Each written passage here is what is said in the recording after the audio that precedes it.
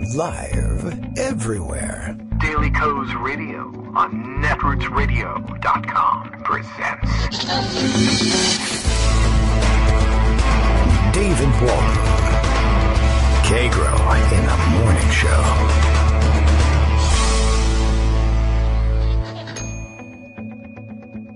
Now, here's David Waldman. Hey, good morning, everybody. How you doing? It is Monday, February 19th, 2018. Have to be careful with a lot of teens in the date. That happens very frequently. Every month, actually. No matter how many times you do these things. It never gets any easier. It is President's Day, sort of. Happy, as I wish you in the Morning Post, happy President's 1 through 44 Day. There's another guy in there now. I don't know why. I don't know how he got there. Don't know if he should be there. And that can be the subject of some of today's show because it was a big weekend. We left off, of course, after a tough week. Once again, closed out under the cloud of a mass shooting, and it stayed with us all weekend.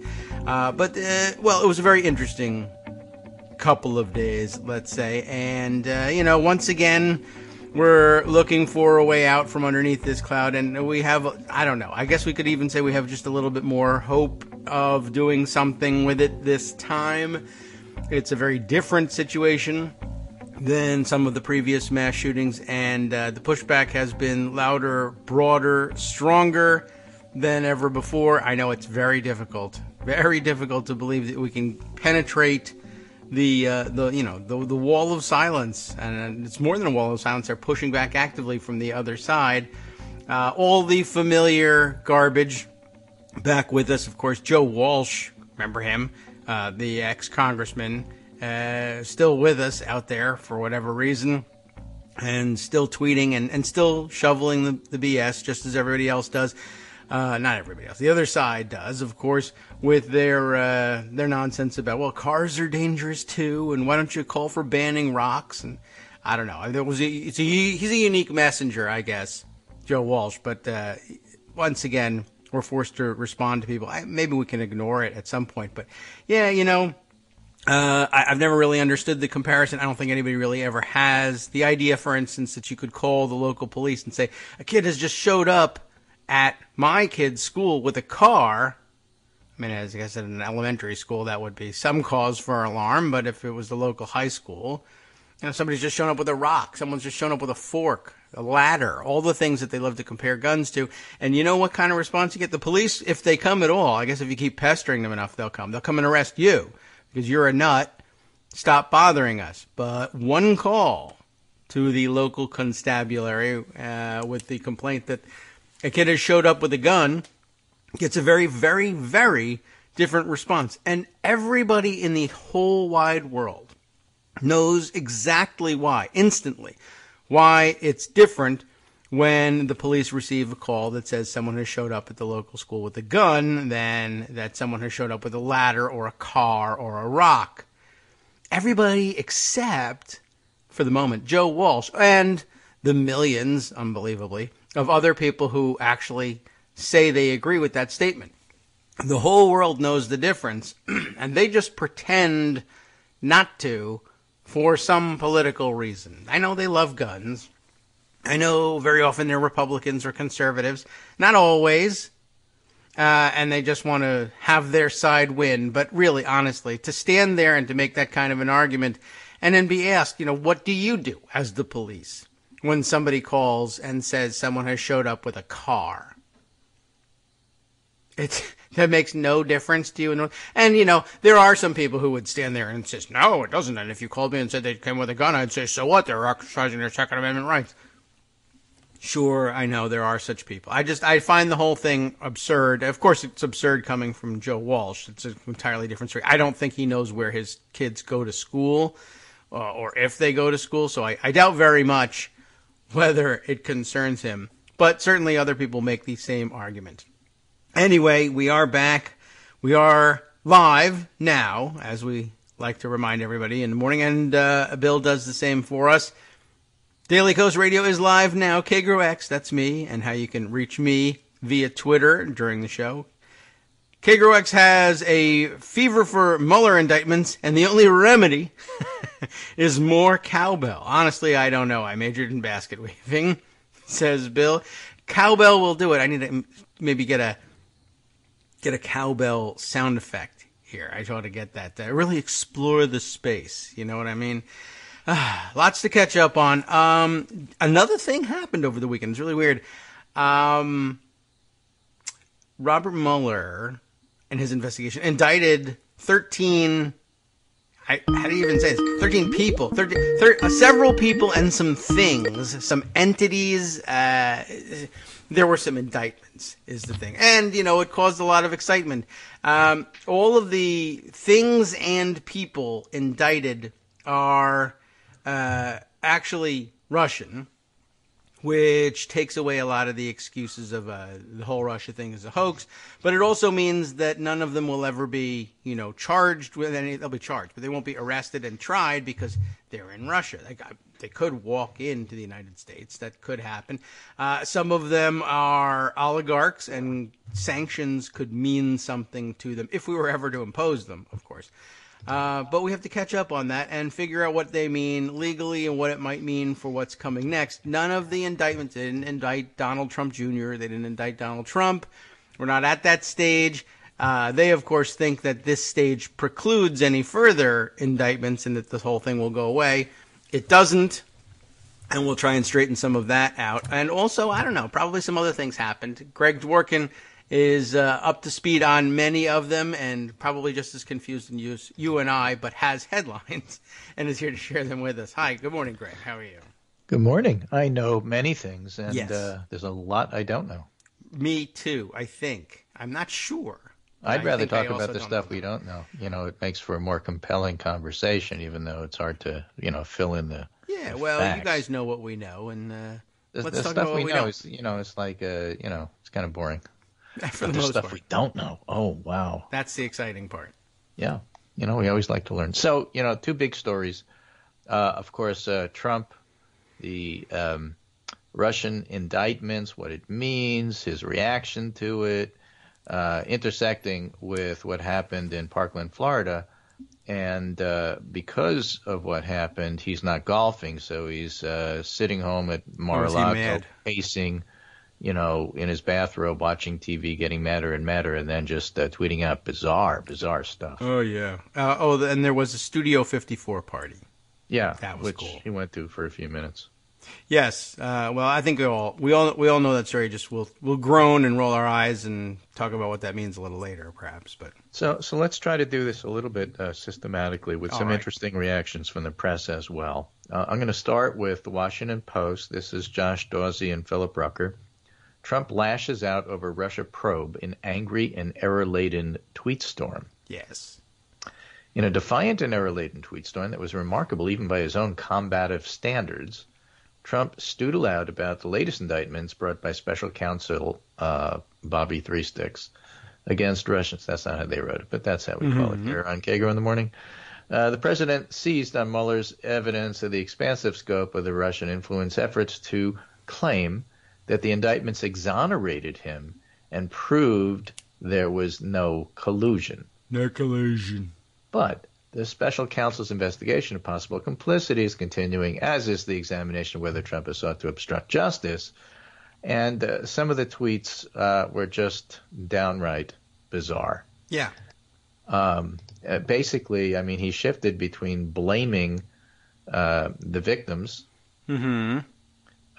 for the shooting to saying that, maybe the reason the shooting happened is because Russia was too occupied with this Russia stuff. Yes, I agree with that one. I believe Donald Trump bears the responsibility for those deaths.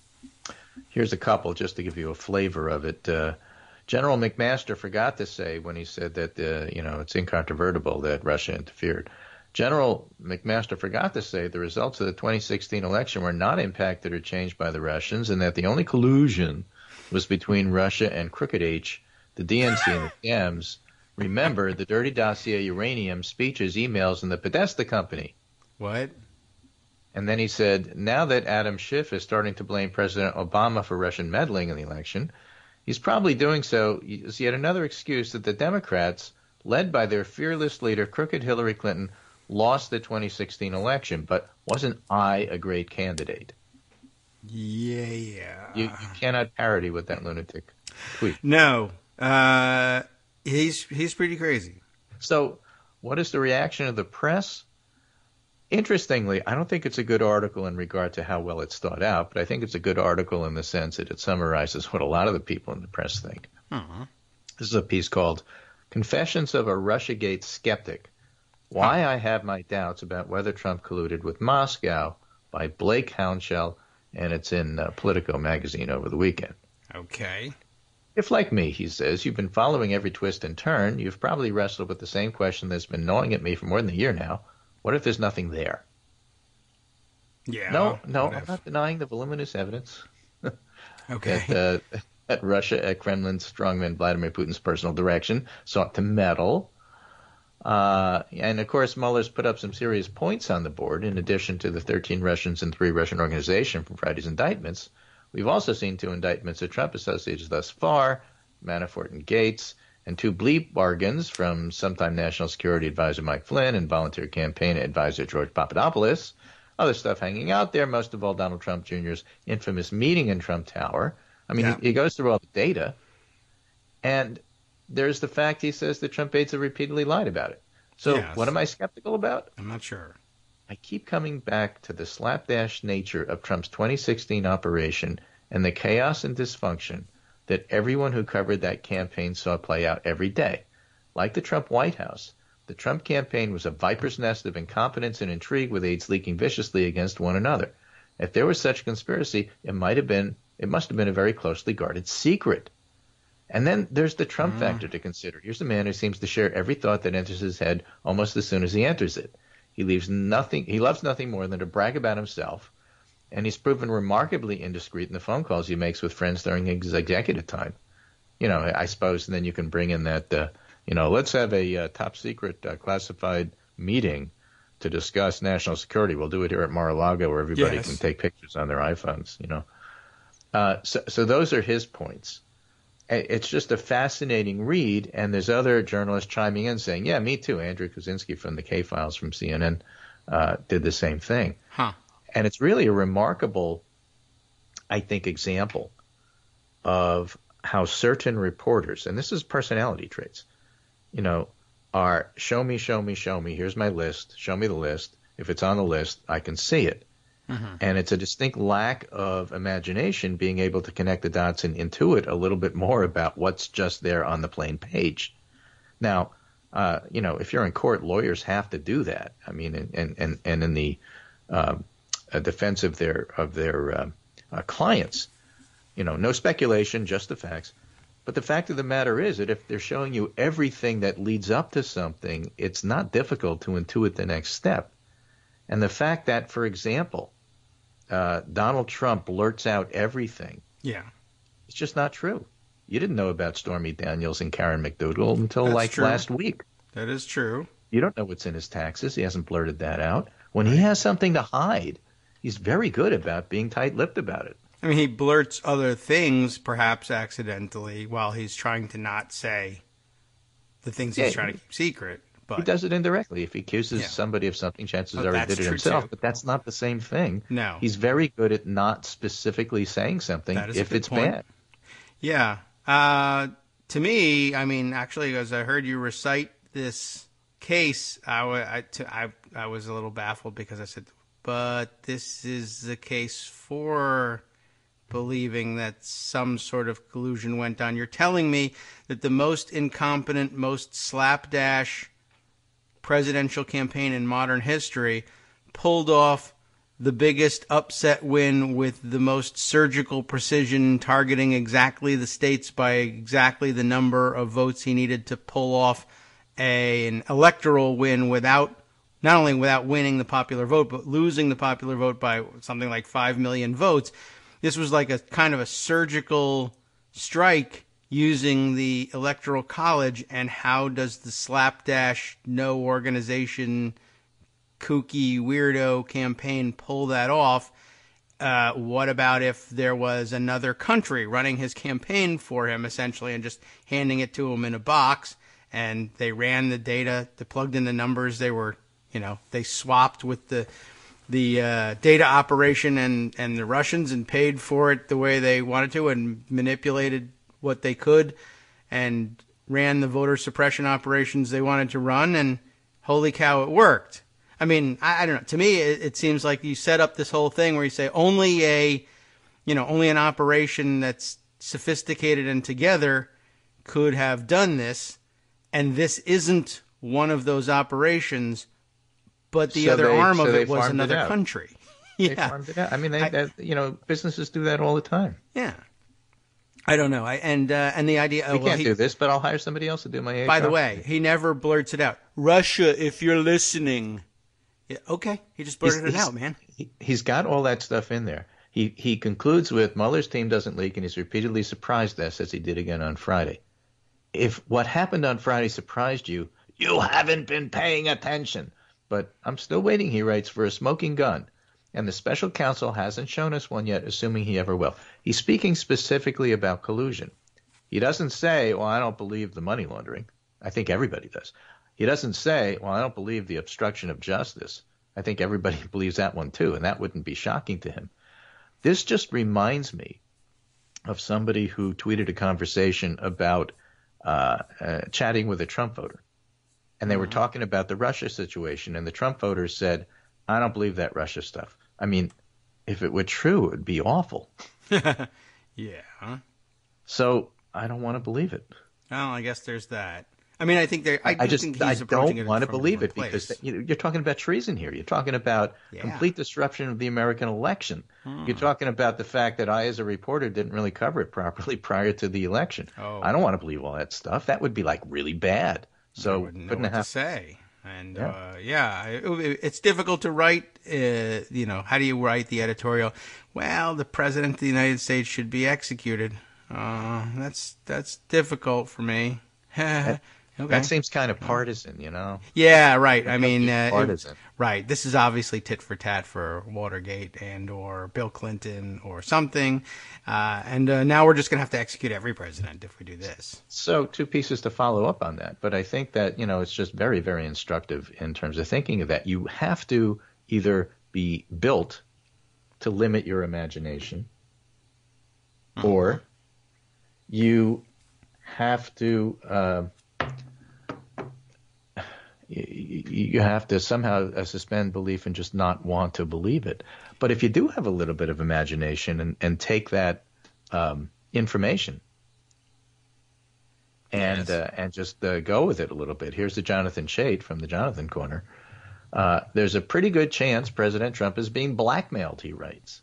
I mean, just take all of that information that Hound Shell put out there and say, well, why would this be bad? How could it possibly be that there's any collusion? Well, what if they're putting pressure on him? Yeah, well, and he does acknowledge, as you say, I guess we might have put those words in his mouth. Does he acknowledge the money laundering case, or we just imagine that he does? No, he's just talking about collusion. Because, it's extremely narrow focus, just like Trump might look at the indictments on Friday and say, they said this indictment doesn't implicate me. Yes. So I'm in the clear. I'm vindicated. Yeah. I'll tell you what. I think it's interesting that he spends so much time worrying about the indictments. I was surprised that his approach to it was, so I read the indictments and I'm not in him. So what are you all talking about? That would have been a lot easier to do. 36 pages and it wasn't cartoons. Yeah, well, I mean, he's just, look, my name's not in there. Some people got indicted, is what you're saying. Yeah, I don't know who they are. Right. I mean, that would be a lot easier to do if you really thought that you were not guilty of something than to be, I don't know what he was thinking and doing over the weekend, but it seems like an awfully complicated set of complaints for somebody who didn't get indicted. Right. So Chait is talking about the Ronan Farrow story about Carrie McDougal and the latest Trump habitually paying for sex. And Farrow's reporting, he writes, also implies, without quite establishing as an absolute certainty, that Trump maintained a system for silencing his sexual partners, a network of sleazy operators, sometimes working in conjunction with National Enquirer publisher David Pecker, Trump's close friend, would pay off women to prevent their stories from seeing the light of day. Yes. What do they call that? Catch and hold or catch and kill? They pay for the story and don't print the story. They have the exclusive rights. You can't put it anywhere else, and they decide to bury it. Right. Yes, that was the system. It's been described. It worked fairly well. So far from being bizarre, imagining Trump paying prostitutes to pee on a bed Obama used as a primitive revenge ritual and Russians taping the episode is perfectly consistent with what we know about both parties.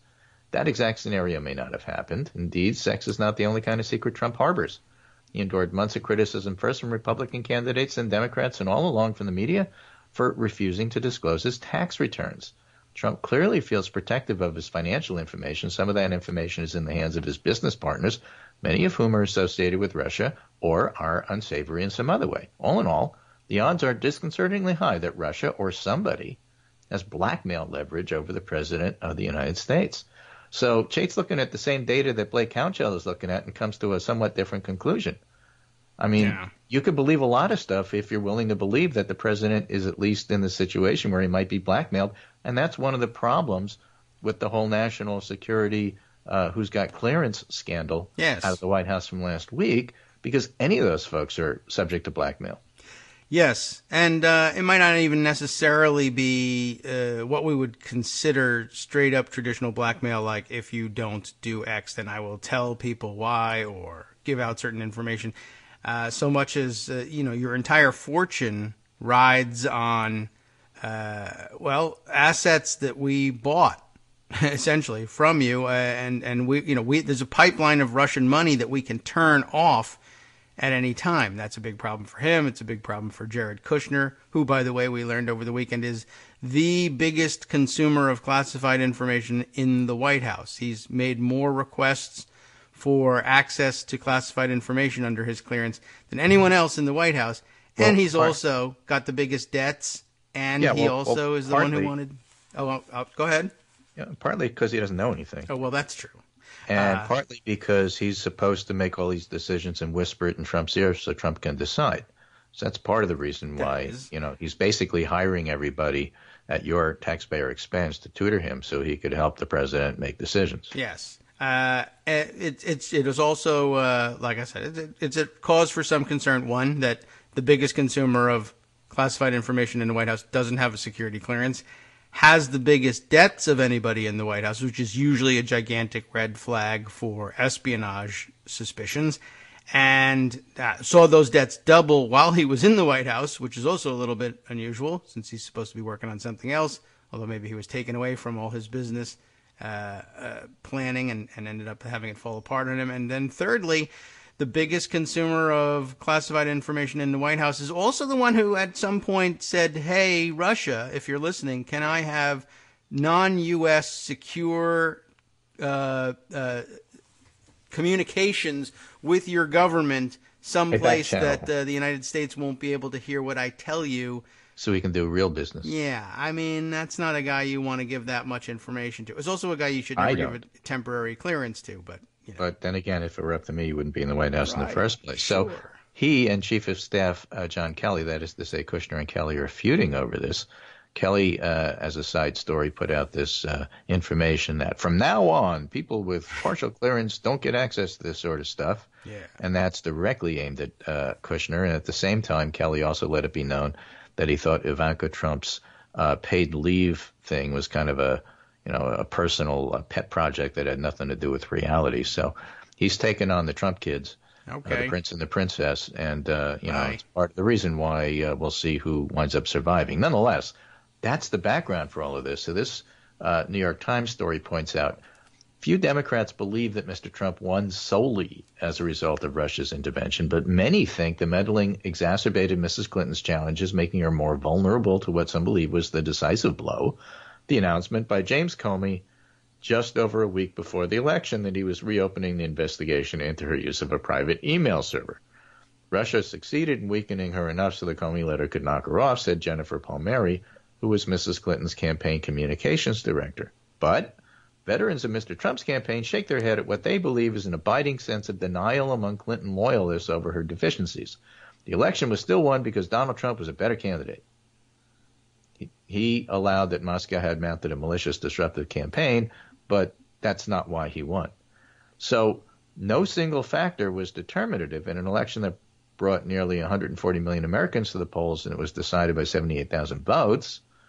And so there's no way to know that.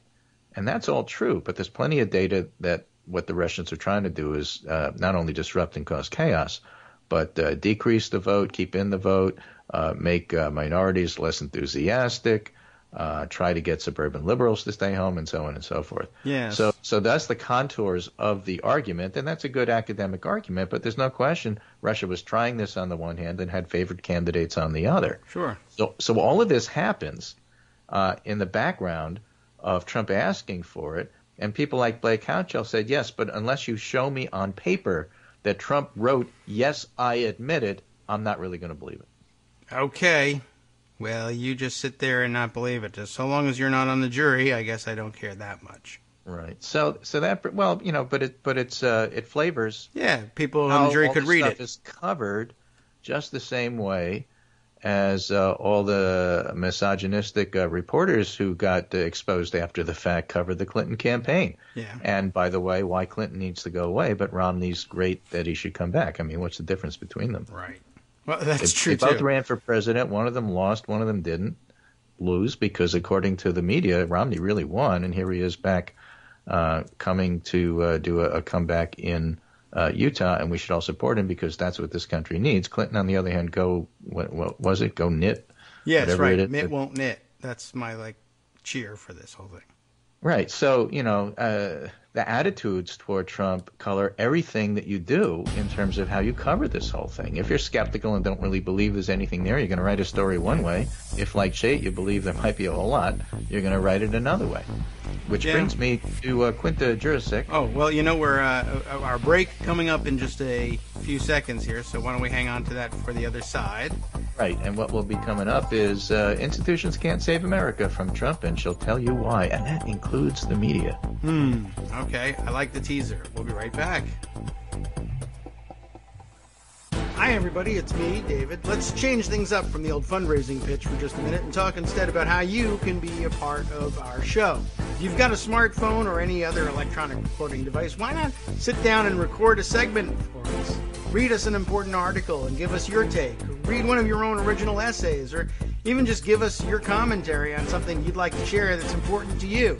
Then send the file to me at kagrox@gmail.com, and I'll try and work it into the show. Short segments, a few minutes in length, they're easiest to fit in. And of course, I can't always guarantee that I'll be able to play everything, but if you've ever shouted at your radio or TV about something you wish was being covered, here's your chance to change that. Make the show your own. Send your submissions to me at kagrox@gmail.com.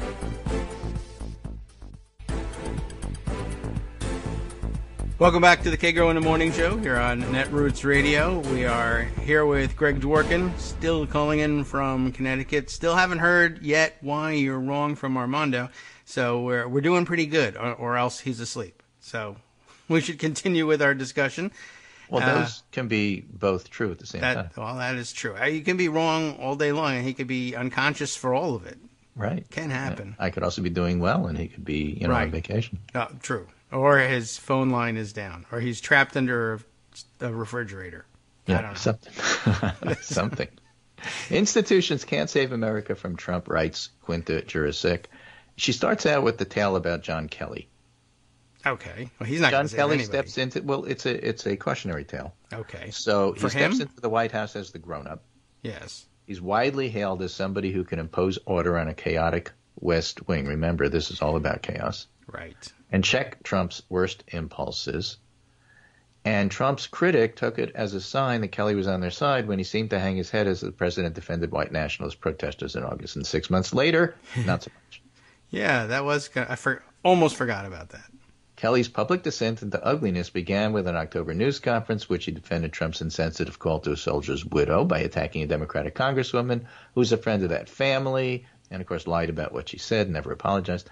Amid the fight over immigration, he accused eligible young people who didn't sign up for deportation protections of being too lazy to get off their asses. He spoke of White House staff Rob Porter as a man of true integrity and honor, despite knowing that domestic violence accusations had cost Porter a full security clearance.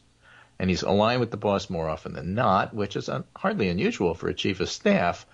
But the point is that Trump's critics would do well to reflect on this moment. It's not just Kelly. and the other generals in the Trump administration whom they've claimed as part of the resistance. It's judges, civil servants, and newspaper reporters. It's special counsel Robert Mueller and the FBI. Americans are rallying around institutions as a means of opposing the president, but also out of a desperate desire for truth and accountability as correctives to the constant chaos. But these institutions cannot provide the salvation people seek. Houchell's a great example of that. And by setting expectations that are almost certain to be unmet, those who oppose the president may end up diminishing faith in America's institutions too. Oh, yes, that Right? could be. So that's a problem for the institutionalists here, of which he is one. Trump is Expectations. presiding over a great destabilization of American life, and his attacks on institutions are a key aspect of this unrooting. With each new outrage, Trump smashes assumptions about the things the president would never do or say. And as he attacks the institutions, his critics have embraced them. So it's the odd situation of, look, we're really upset with Comey for that letter that cost Clinton the election, but we're defending Comey. So, you put his critics in a odd situation, which is not that difficult if you just give it a little thought, but it doesn't always fit on a bumper sticker really well. So it makes heroes out of people like Sally Yates. And the news media, meanwhile, rarely the most popular institution, has seen a surge of support in the form of increased viewers and subscribers, even the New York Times. True. Readers have expressed their thanks by sending pizza to newsrooms. Post editor Marty Barron had to clarify, we don't view ourselves as part of the resistance. We're not at war, we're at work. That's a good point for everyone to make and to hear. Mm-hmm. So Trump's critics look to institutions, the courts, the FBI, the media, the military, to set the country back on stable ground and reestablish the shared world he so thoroughly disrupted. But those institutions will never be able to deliver on this symbolic promise. Familiar and stable though they might be, they weren't constructed to set the world right. Like all institutions, they have limited toolkits and missions that stop short of rescuing the nation. So it's like challenging the pardon of Joe Arpaio. You can't. It's not going to work. Or Mattis's request for a study on transgender service members, that didn't disobey Trump's order. It complied with it. And the military is one of the few institutions Trump hasn't attacked but embraced. But the push and pull of the military between Trump and his critics paints as political an organization that aspires to be anything but. Same is true of civil servants.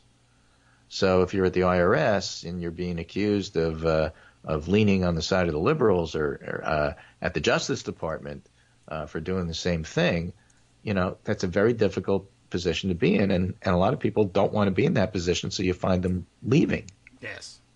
If the competent people leave, you have a whole lot left that's not so competent and much more willing to be political. So that's not always the best situation. And you also have the idea, for example, defending the FBI. This is the J. Edgar Hoover FBI. How far do you want to go in that? True. So she concludes with, these are all important things to keep in mind. I think you're right. And concludes, the unsatisfactory truth is that institutions won't save us. We have to do the work of saving ourselves while protecting these institutions from Trump and pushing to improve them. The only way out is nothing more or less than politics. Now, I agree with that. Not only that, it's a reminder you have to go out and vote in November and do everything you can to win those elections. But it's also a reminder that whenever you want to get anything done, you have to politicize it. Yes. So turning to the gun situation, the whole idea of it's too soon or you're only politicizing this is the stupidest thing anybody could say if, in fact, what you're trying to do is evoke change. Now, if you want to just leave things the way they are, it's a perfectly reasonable thing to say. And if you want to deflect, it's a reasonable thing to say. But you have to get political. You have to make it political. And if you really want to get anything done, you have to do that. The people who know that better than their parents are the kids from Parkland High School. Yeah. Who are, that's not the name of the high school, but that's the name of the place they're from. Right. And, it's amazing to see them out on TV being incredibly articulate and doing the things that need to be done, which reminds me of another piece, by the way, David Farris wrote in The Week, the kids are all Democrats. You can hem and that was true anyway. You can hem and haw about what Trump is doing and whether or not his base is reacting to it and whether he's losing a point here or gaining a point there. The fact of the matter is that millennials and younger voters want nothing to do with the GOP, and this is going to have long-term effects. Well, they should get here already. But yes, that's true. That's been brought up a long time. The kids were Democrats already. The last 3 years of the show has been about that more, really, if you go all the way back. And before the show, too. We're just waiting for them to grow up and start voting. And they have to stop eating avocados, I think, was on the list. But, yeah, that was an incredible weekend for them and for a few of them in particular. And, people observing, as I saw this morning, and tragically as a reminder, saying, we didn't see this. People are just sort of beginning to realize that we didn't necessarily see the same kind of pushback from after the Sandy Hook, after 12/14, and it was because the kids were way, way, way too young. They couldn't speak on their own behalf the way high school students can, and those kids are still too young. Now those kids are still in middle school. Even the oldest kids at the school are only in maybe ninth 11. grade. They were 6. They're now 11. Yeah, the kids who are and the kids who are actually in that class, there aren't very many of them, for one thing, and for another, they're 11 years old. Yeah, it's a very, very different thing, and I'm grateful that these kids in Parkland have got the voice and can speak on their own behalf, and that they're so good at it too. Right. It's a wonderful thing. Now, the parents of those kids in Newtown did quite a bit. Oh, Connecticut, yes. New York. They had to. They're the ones that had to. Connecticut, New York passed significant legislation, and which, by the way, has done a pretty good job of decreasing the number of people killed. Yeah. But just to put that in perspective, here it is, 5 some odd years later, and only now are the families in Newtown starting to review the 13 different Sandy Hook Memorial site applications, architectural applications in terms of how the memorial is going to be built. And the memorial is going to be built in part, on land that was given over to the town for this purpose. Mm-hmm. And it's going to be built in part by using material from all the crushed up gifts that people sent that nobody really wanted. That these things happen. Yeah. And, this plays out over a really, really long period of time. So, drawing conclusions about what the Parkland kids can or cannot do in a week or so. Yes. Just like with the Russia indictments, it's just that too soon to do that. I found a new feature on Twitter. Oh. It's something called Thread Reader app. Oh, okay. You take a thread and you reply to any tweet in the thread with at Thread Reader app, and then put the word unroll, and then it prints the page as a single page. And I sent you one. Okay. And it's at the very, very bottom. I'm confused. I get the idea, but I don't know. Okay. Yeah. All right. I'll take a look. We'll share it with everybody so they can figure this out. It's called an unrolled thread from Alec McGillis. And here are a few thoughts on the role that liberal fatalism on gun politics plays in our country's failure to stop the killing. It's a series of tweets, but now it's written as a page, and it's a lot easier to read. After every new horror, there's the easily mocked thoughts and prayers response from the right, but there's an equally predictable refrain on the center left, too. Once again, nothing will be done. This world-weary prediction of inaction is pernicious. It demoralizes those who are actually motivated to fight against gun violence, and it lets off the hook those who are opposed to reform. By declaring any new effort doomed to fail, defeatist liberals spare their opponents from even having to go on record in their opposition, from having to actually make the arguments for protecting the gun lobby. I'm not there. You're not there. Chris Murphy is out there talking about it. A lot of us are. But, just don't let yourself fall into this. More importantly, liberal fatalism on gun control overstates the strength of the opposition. The NRA's influence depends heavily on the perception of its power. By building up the gun lobby as an indomitable force, pessimistic liberals are playing directly in their hands. Yeah, it's influential, not so much because of the money, but because it can count on energized single-issue grassroots voting base. But that influence has limits, and there are plenty of reasons to believe it is on the wane. I mean, less and less people own guns, more guns in the hands of less people. For one thing, the proportion of Americans with guns has been declining. Oh, it's right here. Yeah. For another thing, the great recent failure to pass background checks following Newtown was a closer call than realized. 6 senators with NRA A- ratings voted for it, came up just 5 short of a filibuster. In other words, it did better than, for example, Trump's immigration plan. Yes. It came up just 5 short of a filibuster-proof 60. It had a shot in the House where only a majority was needed. And look what happened after that vote. 2 red state Dems who voted no, Pryor and Begich, got 0 NRA backup and lost. That's true. Meanwhile, one of the purple state Republicans who voted no, Kelly Ayotte, out. Right. Or look at Virginia, home of the NRA. In recent years, Northam, McAuliffe, and Kaine have all won. True. Right? Yes. And even the empirical case for tougher gun laws has been going only stronger. Even Brett Stevens in the New York Times Yes. repealed the Second Amendment, he says. Did he? Of course, yeah. Oh. Well, Armando, is he wrong? A fix of the Constitution would remove a barrier to real change. True but impossible. Oh. Don't say that. Of course, with Republicans now in total control of Washington, the odds are stacked against federal legislation. Bottom line, the reflexive liberal fatalism on guns is self-perpetuating. A new generation may be showing a different way. The burgeoning outrage of so many students post-Parkland is, among other things, a rebuke to liberals who had given up the fight. It won't, again, not us, but there are people who have and want to move on. I've said it. Not and me. I'm wrong. It won't be an easy fight, but the worst odds all lie in declaring any effort hopeless. Armando's awake. Good morning, Armando. We're talking about repealing the Second Amendment. He heard me say, "What about that, Armando?" And he said, "What did Greg saying?" Yes, it's the is it McGillis thing? Yes, right. He was because he says that's dumb. Is that right? No, you can't That apply to us. Okay, well, no, it was the Brett Stevens saying, it was part of McGillis' thing, Brett Stevens' call to repeal the Second Amendment. Okay, so I think we'll get the stopped clock thing on right. That one. So here's a really interesting piece. I can't read the title on the air. Oh? Let's see. But it's really good. It's called F.U. I Like Guns, except it's not abbreviated. Right. Okay.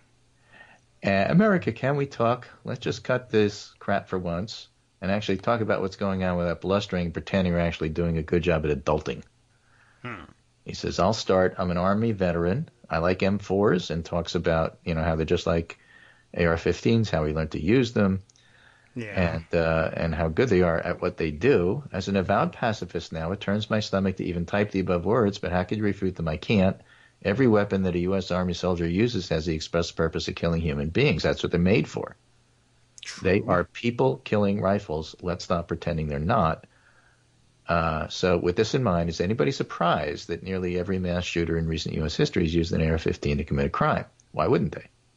A rifle's so deadly and so easy to use that no civilian should be able to get their hands on one. We don't need these things in society at large.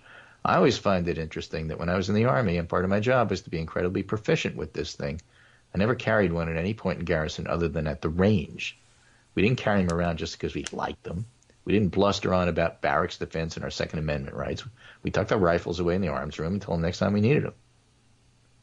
I understand that people want to be able to own guns. That's fine. We just need to really think about how we're managing this. We have to manage it just as we manage car ownership. People have to get a license to operate a car, and if you operate a car without a license, you're going to get in trouble. We manage all things in society that can pose a danger: drugs, alcohol, exotic animals, and fireworks. Yes. Okay. I can't drive a Formula One car to work. It would be really cool to be able to, but, Can't you?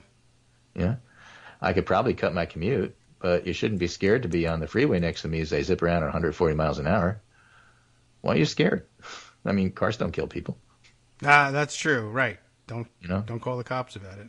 So he concludes, let's be honest. You just want a cool toy, and for the vast majority of people, that's all an AR-15 is. It's something fun to take to the range, put some really wicked holes in a piece of paper. Good for you.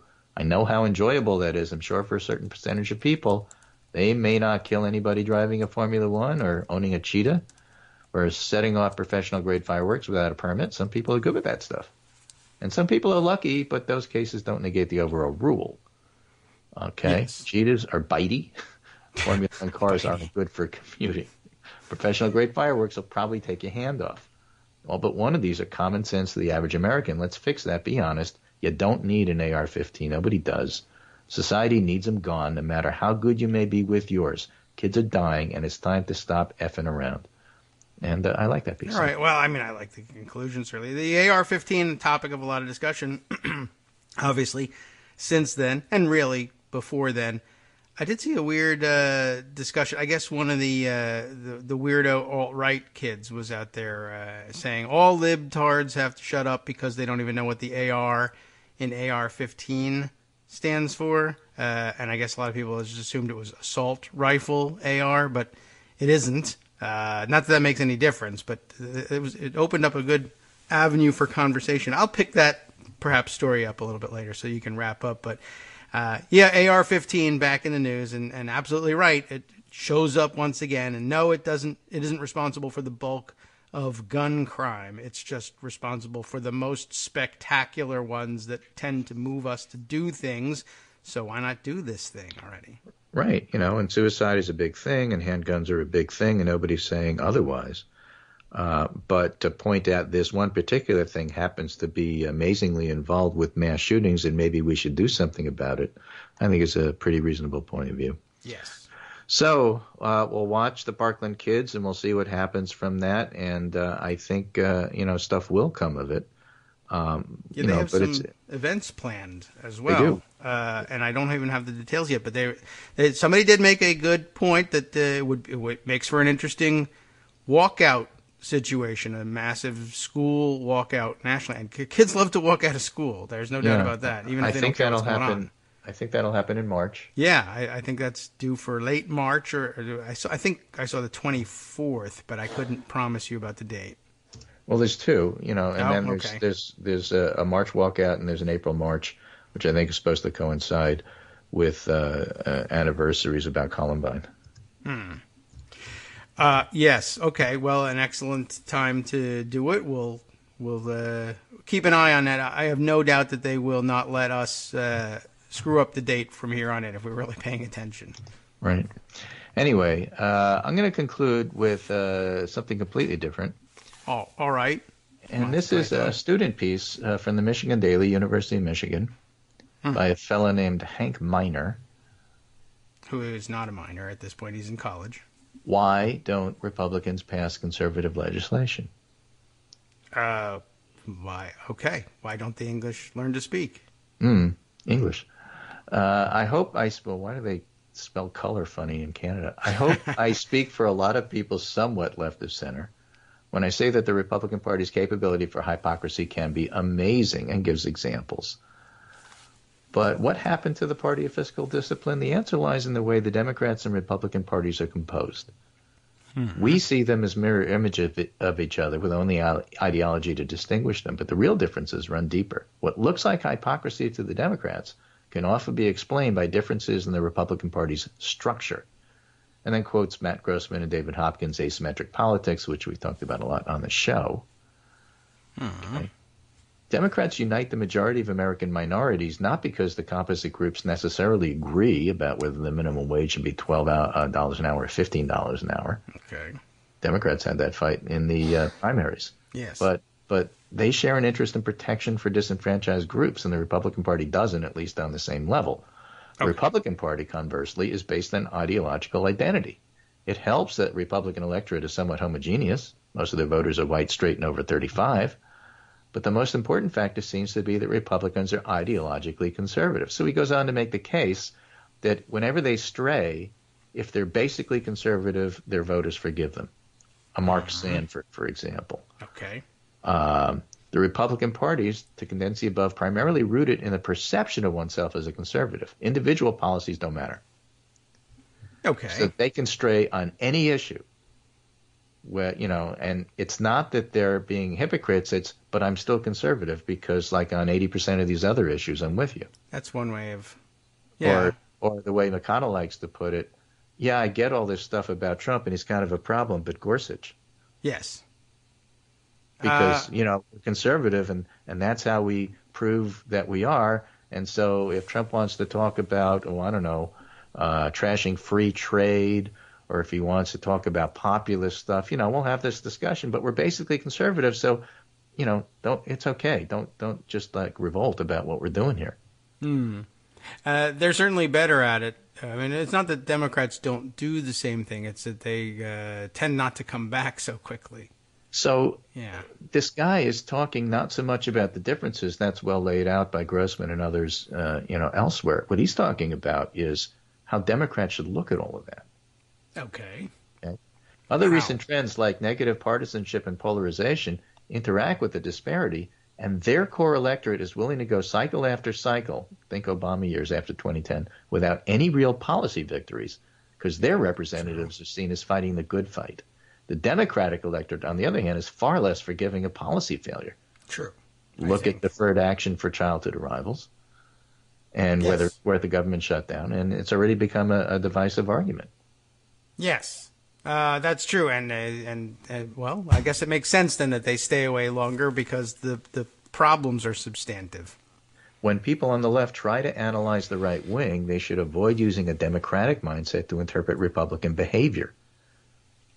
For example, students who work for or will eventually work for campaigns and student activists have to remember that the way they think about politics is often shaped by what the party with which they identify.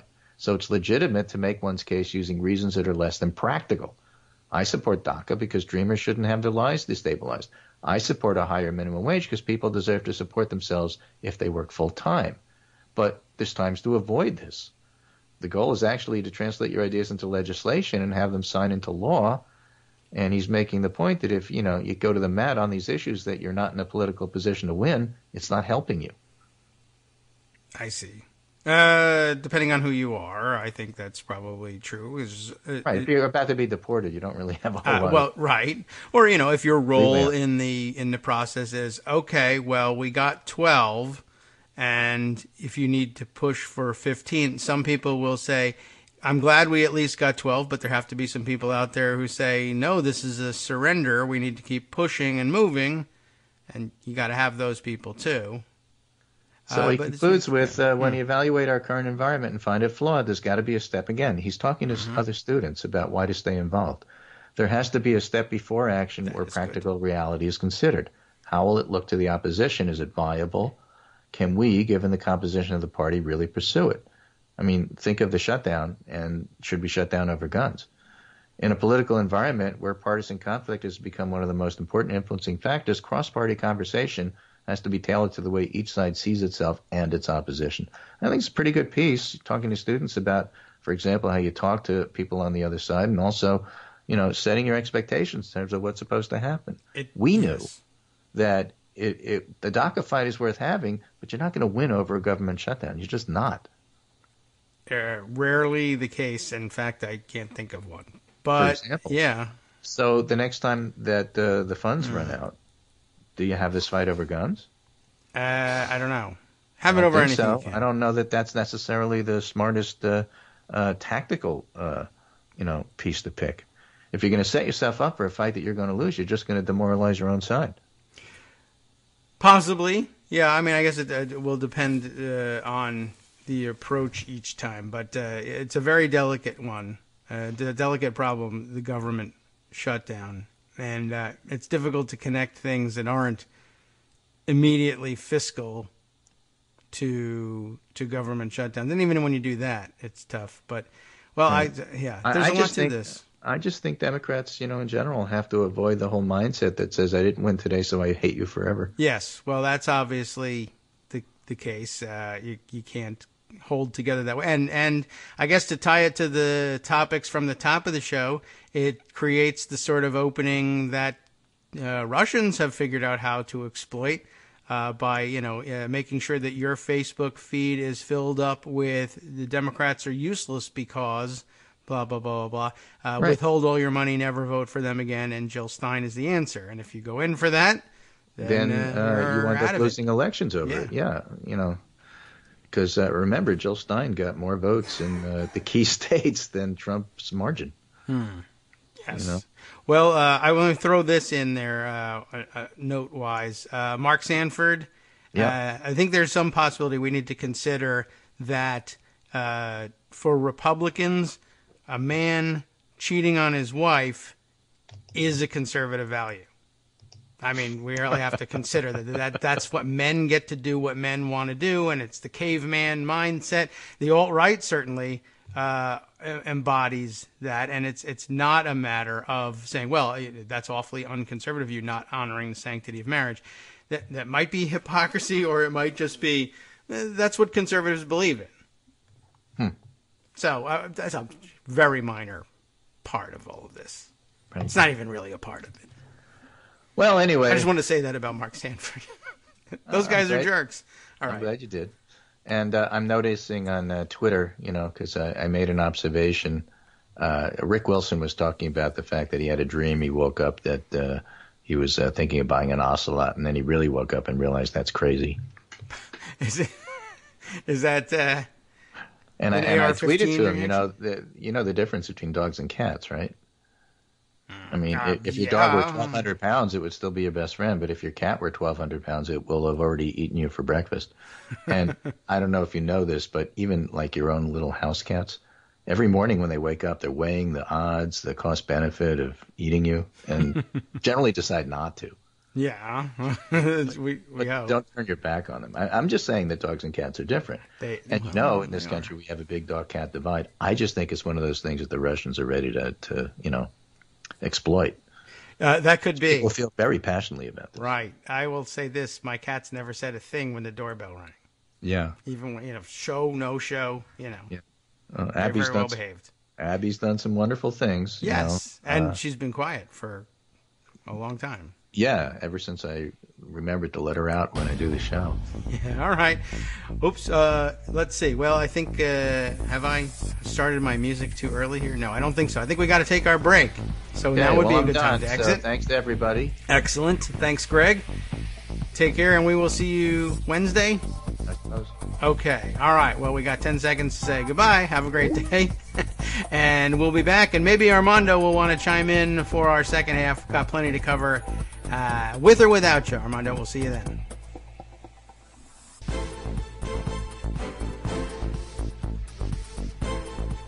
Welcome back to the Kagro in the Morning Show here on Netroots Radio. We continue with our Monday President's 1 through 44 day coverage. And let's catch up with the comments that came in during our first hour of the show. And why not base the second hour of the show on those comments? I don't know what Armando's availability actually is. But, of course, he wanted to chime in along with many of you.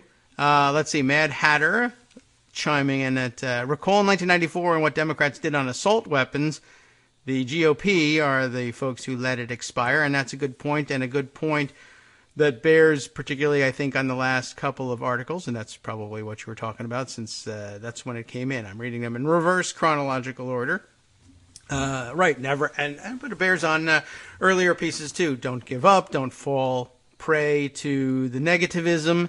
And by the way, that's something that Armando had a comment on too, and it's a very valid one. I want to include it in the roundup of the discussion of let's say of the McGillis piece, which was that it can be viewed I guess what he views as fatalism or defeatism can be viewed very differently, and probably it is viewed very differently by the people who sometimes offer it up. It's as often offered up as a way of calling out the people who are dead set in their ways and completely wrong on this issue, and making it clear that no number of dead kids is going to motivate an NRA hardliner to change their vote. Because, and it's not necessarily a matter of how much money they're getting from the NRA. It's just that these people are completely married to the wrong position and will never change because they're not very smart people or very empathetic people. And that's true.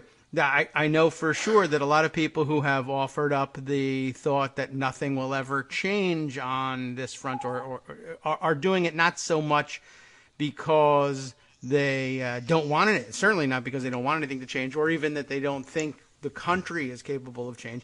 It's that they think that the people who are in the legislature now have no interest in change and no interest in policy that will do something. They're just interested in either cashing NRA checks or escaping with their toys or what have you. And it is True. Reframed, very often those same expressions tagged by McGillis as defeatism play a very different role. Comments play a different role to people, different people who say them and different people who perceive them. And I don't think I need to actually explain that to our audience, but it was well worth remarking upon because it's true and might have otherwise gone unobserved. Armando is here. I've got a couple other observations from folks along the way, but yeah. On McGillis, just one point on McGillis. Kelly McGillis, Hayes, great actress. Chris Hayes, yes, she's a great actress, but this Chris is a Hayes different put together. Yeah. Chris Hayes put together a piece showing Paul actions to various mass shootings. And he says virtually the same thing. Don't rush it. Paul Ryan. Yes. All the facts come in. That is true. It's a stock reaction to, what's become a stock play in our politics. It's trying to create. Yeah, we have a very bad connection here, I think. Thoughts and prayers. Pardon? We've got a pretty poor connection, so you're kind of going in and out. But I think what I was trying to summarize, you were saying, it's a good way of pointing out that a lot of the top leadership in the Republican Party, and doesn't matter who you replace them with, all the way down, the Republican Party, the response is the same every single time, no matter how many times it happens, no matter how many times it happens with an AR-15, no matter how many times it happens to school children, no matter what the numbers are. I mean, it's very difficult to conclude that there's a great amount of hope of anything happening because there are people in power who honestly don't care, and that's a good point. Forget about the hope. What's a good mechanism for pressuring, say, Paul Ryan? I think Chris Hayes' little loop was really effective. It said, you've said this 17 times in a row now. When are the facts going to come into you? And that's a different not defeatism. That's argument. Yes, that is a different approach to it. At full disclosure, I think very poorly of McGillis generally. I think he's kind of stupid. But beyond that, just taking on the issue. This is defeated. No, it's not. It's a political tactic. I agree, and it depends a little bit, I think, on the way things are presented. When I look at Chris Hayes' presentation, I wouldn't walk away from that and say, Hayes is saying nothing will ever change. I don't see that he was saying that. He's saying that nothing will ever change in Paul Ryan's mind because he's a lunatic and we got to get rid of him. And most people in America would look at that and say, wow, that's actually not responsive to something that really demands a response. And we've been letting him get away with it for a long time.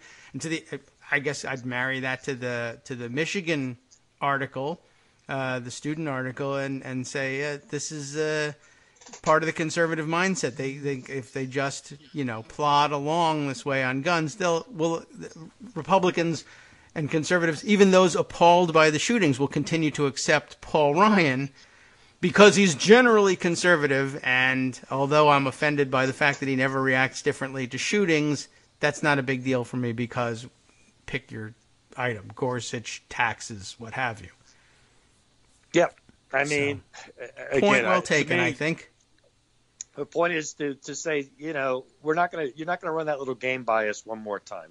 Marco Rubio, that's not defeatism. That's a political tactic. It's trying to create pressure. Does it create pressure? Maybe it doesn't. Maybe it's a bad political tactic. It's not defeatism. It's actually trying. I found McGillis' entire thread really stupid. But I found it a helpful reminder, at least for me, I want to be careful about how I express such things when people ask me things like, how many of these shootings do I have to have before Republicans respond? And it's kind of like, well, I'm a little tired of that question, but I understand why you ask that. And the answer is there's no number, there's no threshold. Republicans don't work that way. And I can't answer that question. So it's not a very good question. It's not meant to be a good question either. It's a rhetorical device when it's a rhetorical question. It's a device. Yes. It's not defeatism. That's the whole point. It's like, look, I don't know if McGillis really believes it's defeatism or if he thought that was a cutesy little thing to do, but it was off base. It just was, in my opinion. Yeah. Well, okay. I was able to mine it for some value, and I don't really have any opinion of McGillis, and it's not Kelly McGillis. Most people like McGillis. most people like McGillis. I'm very much the minority. Right. Well, he's got real appeal, and he's awfully cute. Yeah, well, he's got a lot of appeal. He's oh, that's McGilla, Gorilla. I'm sorry. He's pretty good box office. Yeah. Okay, I mixed him up. It's Alex McGillis, not McGilla Gorilla. Sorry. McGilla Gorilla is also very popular. He's for sale. He's for sale. But, actually I wanted to come on, but you had more reactions, I think you said. Yeah, well, a couple other folks who chimed in. Michael Musson, I think, talking about the kids being Democrats these days, pointing out that, the kids were Democrats already. The kids, and I guess that's everybody, for one thing, and, of course, the kids at the high school. They were Democrats, and I guess I'm not exactly sure in what sense he offers this or in reaction to what he offers this, but I'll take it this way: for kids, for the point that Greg made about kids today are Democrats, and they don't want anything to do with Republicans or Trumpists or whatever. I mean, I guess no better illustration for them that they are right than that they were Democrats to begin with, and the kid who came to kill them came in a Trump hat. Yes, he did. I will make one caveat about the kids and being Democrats. One of the main reasons the kids are more Democratic now than, say, 10 years ago, is more of the kids are not white. The demographic change, and it's really a critical issue across the board, but it's important to understand that long term, the color of the country is getting darker. It's inexorable, and more white people.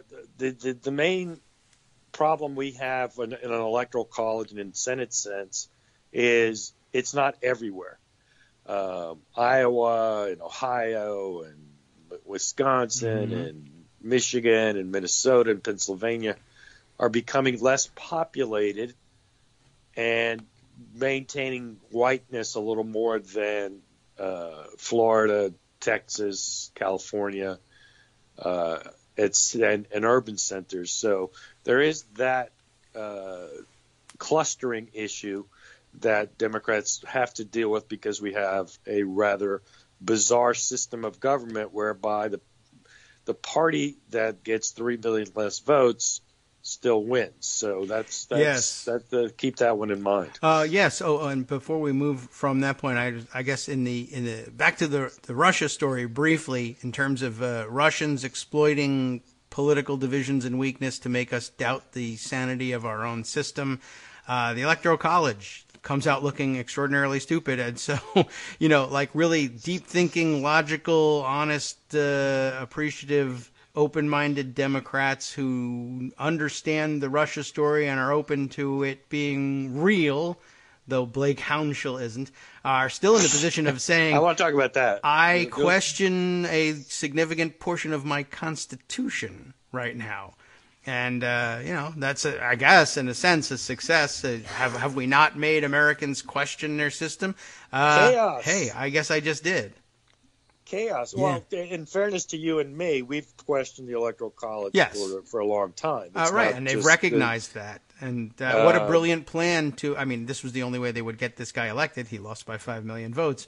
But, and this, by the way, is why everybody thinks that there might be collusion, is because how many Russians say, if you swing Waukesha County, you can change the outcome of the whole thing. So maybe if we targeted people based on the cars that they drive and whether or not they own guns, that it requires a hand, I think, in America to make it happen.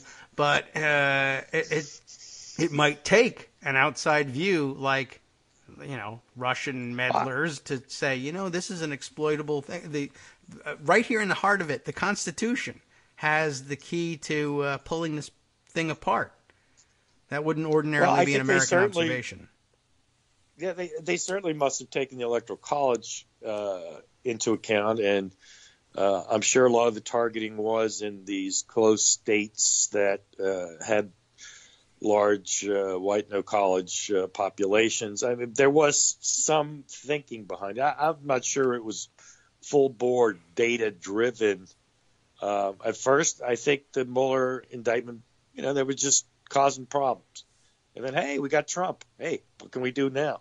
Yeah. Oh, let's do what we can do. And it was fertile ground, not only with our constitutional system, but the way the election broke down, and no fault of Bernie Sanders, but he created an important pocket of voters who were much more willing to vote third party. You can't ignore the fact that Jill Stein tripled her vote from 2012.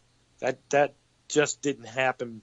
Unlike what Jim Zogby says, those are not all Stein voters. They were something else. Right. You know what I'm saying? That's just not how politics works. So it was fertile ground, a lot of problems. We had a bad media. Then Comey was an unwitting collaborator as well by amplifying the hacks of emails. And I don't mean that he did it directly, but by the email word became synonymous for everything that involved emails. And a lot of people screwed up, and the Russians took advantage of it. And, of course, the question about collusion, you mentioned Blake Hounsell, and I want to talk about that. I'm sure you talked about Beutler's riposte. I haven't yet. No. I haven't seen it. You might want to, maybe later, if you want to take a minute to look it up, to take a quick peek through it, because it makes a lot of good points. I can filibuster here for a minute to give you a chance if you want. Yeah, I'll have to look around for it. I'll reset. Hounsell's like, there's all this, but I got to tell you, I'm still skeptical about this collusion thing. And I'm going to just talk about just the collusion thing, and then you can talk about Beutler and the effect on the election. Okay. Which is a good but collusion evidence obviously wasn't in this particular indictment of these 13 Russians. For whatever reason, Mueller did not even make mention of it. But he could have. How do I know he could have? Because of the other filings that Mueller has made. I am so amazed that the George Papadopoulos indictment, as it was called the statement of offense because it was a plea bargain, is just been forgotten. George Papadopoulos was a foreign policy advisor of the Trump campaign. Yeah.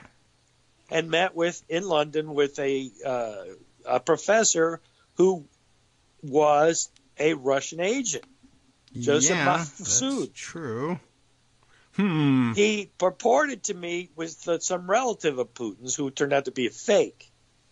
Yes. But he continued to have communications. In fact, he was told in March of 2016 that the Russians had hacked the DNC. Right. He reported these things to, drumroll, the Trump campaign, specifically a senior campaign official who we believe was Sam Clovis. Right. In March of 2016, Sam Clovis was a big shot in the Trump campaign. This was before Kellyanne, before Manafort, before all these people. Sam Clovis was as close as it come to being the guy who was running the campaign. I know Lewandowski was running around, punching reporters and stuff, but, the manager type was Sam Clovis, who, it's unbelievable that in the face of just that, someone can say, well, I'm really not sure there's much evidence of collusion. There's plenty of evidence of attempted collusion and collusion. And then, of course, we have the famous meeting at Trump Tower. Yes. In June of 2016. Yeah. That is evidence of attempted collusion. I don't know why it's I don't understand skeptical. What do you mean? There's plenty of evidence at this point. How far did it go is something else. Yeah, I don't know. I wonder also, I see a lot of people also expressing skepticism, and I guess it's the same skepticism, or is it skepticism of the same thing when they say things like, well, I'm not entirely sure Trump knew or was conscious of it or directed it or whatever, and so therefore either it couldn't have happened or it didn't happen the way the people say it did, or it's not really collusion or a conspiracy if the guy at the center of it has no real knowledge of it. But I mean, that's also a different thing from saying, I know. Like, for instance, what about if he directed it, but really, honest to God, had no sense of why it was wrong? Is that the same thing as it not existing or not believing in it or just happened by accident or coincidence? So there's a lot of different kinds of skepticism out there, not all of which are equally valid. Let's talk about the things we know Trump did know about. Okay. He knew about the WikiLeaks hack. He knew that I love WikiLeaks. It was suspected to be done by the Russians to interfere in the election.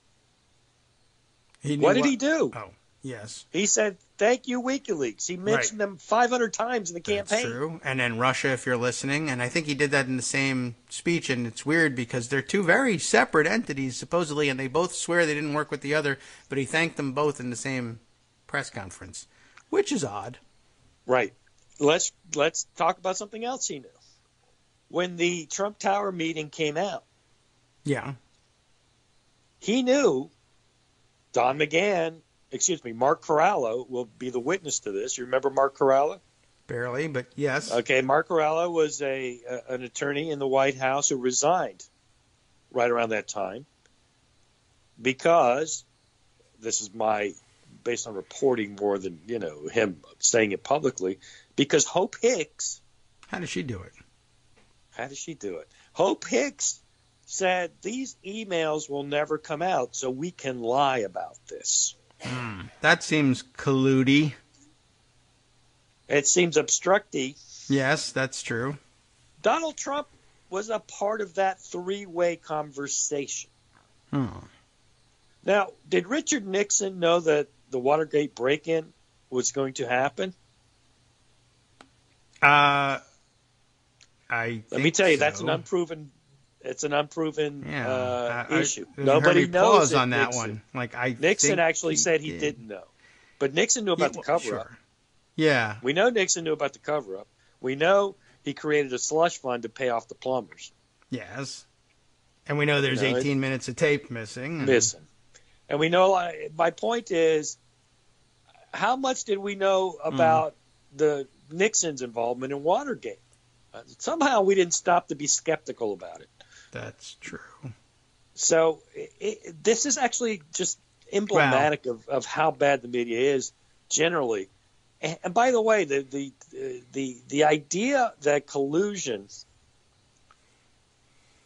I mean, it's a word, collaboration, working together. However, it's not a legal word. Right. Conspiracy is the question as a legal matter. And the question there is going to be, I think one of the key questions we have no idea about is what happened after the Trump Tower meeting. Mm-hmm. Well, you mean... we don't know. That Mueller might know by now, but we don't know. Why do I say that? Because, okay, we will release these hacked emails if you... A, B, or C. Block the Magnitsky Act, roll the sanctions, etc. And there's Flynn's involved in all that too. There might be a quid pro quo. I'm not saying I know that for a fact. I'm just saying we don't know. And there's enough smoke here that any self-respecting reporter said, you know what, I'm going to withhold judgment. Let me see what comes out. Okay. Not right. I don't really believe it. After all the things that you found out, and I wrote this at Hounslow, I said, let me ask you this. In January 2017, did you expect to know that Don Jr. had a meeting with the Russians, that George Papadopoulos knew about the emails and reported it back to the Trump campaign, that Flynn had met with Kislyak and then lied about it? Did you expect to know these things? Did you know that this? Oh, sure, that's just normal. Because if nothing that's been disclosed surprises you, then you basically said, well, Trump was a crook, and he's surrounded by crooks, and that's not a big deal. I am. I'm not sure exactly how to.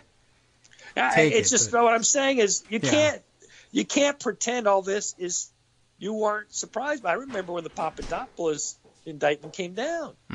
Wow, it's unbelievable. Look at the connections of the Trump campaign with the Russians. Because that's what it says if you read it. Yeah. I mean, I'm not sure I don't know what someone like, I guess can't get in his head, and I don't know what he's waiting for exactly, and I don't know whether this is, we've seen various attempts at this same line of reasoning, like collusion isn't something you can be charged with, and so therefore, yada yada, or, even there's currently an argument on now by, I don't know, I guess some of the more fringy elements that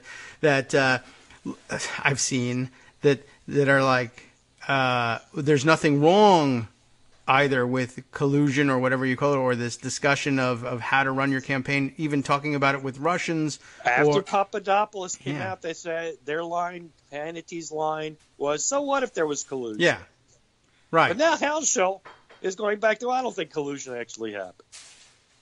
Yeah, because, I don't know and this what he is all means. because of Rosenstein's press conference. And look, they may have deeper thoughts going here, which is keep Mueller working, get the pressure off us, and give Trump something. Because at the end of the day, I mean, I'd go ballistic on it, but Mueller's going to finish, and he's going to report his findings one way or another through indictments or otherwise. And that's what's going to matter. So, I mean, I'm probably overreacting to it all, but it just strikes me as just dumb. I mean, you just look like a dumb person when you write the thing that Blake Halshill wrote. And I said he's not dumb, but this is a dumb article. Well, it's a common specimen too. The counterintuitive, spin, or not counterintuitive, but a contrarian spin. Though everyone spent the weekend writing about what a serious thing this was. So therefore, the space not yet occupied is maybe it means nothing. It was a slight pitch, no question. Yeah. that's what the shorthand. I don't know if you've had a chance to dig up the Beutler, or if you even wanted to. I have dug up a Beutler. The last one I saw him tweeting is "Reckoning with Trump's illegitimacy." Is this? Yes, that's it. He published it this morning. I have got it. It's a pushback again in this case. It started with Chris Hayes, but you hear it. This whole the impact of the Russian interference is unknowowable.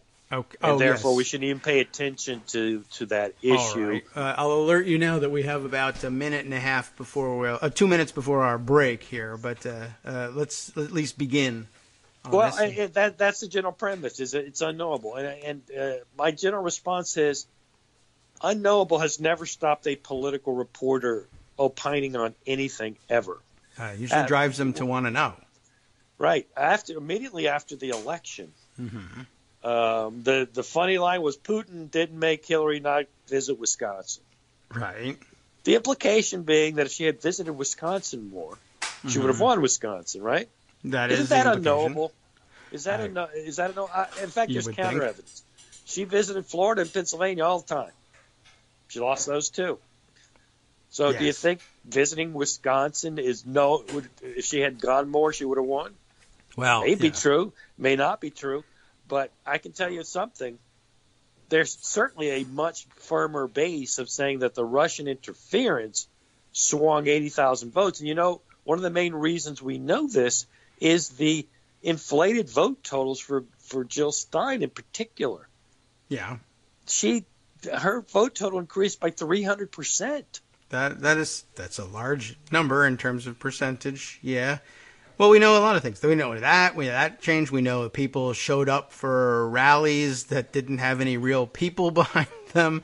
I guess if you can get people to come out in real life, then the question of can you push them to check a box wait in line for 5 minutes and check a box? Yeah, you probably could convince them to do that. We're talking about 0.1% of the vote, total vote. Or if you wanted each state, it may have been 0.7. 0.6 and 0.8 in the three states, Pennsylvania, Wisconsin, and Michigan. Okay. You don't think a $1 million campaign might have pushed that? $1 million a month. A month? Yeah. Could have possibly pushed that amount of votes? Yeah, that does. That seems to be a stretch to me to say, oh yeah, it's impossible to know whether it could have changed anything. I mean, it's impossible to predict with certainty what exactly did what, but that's why they did it, and it's why they did it the way they did it, as opposed to, say, invading the United States. You say at the end, nobody's going to be able to prove anything against us. So we have to take our break. I will say this.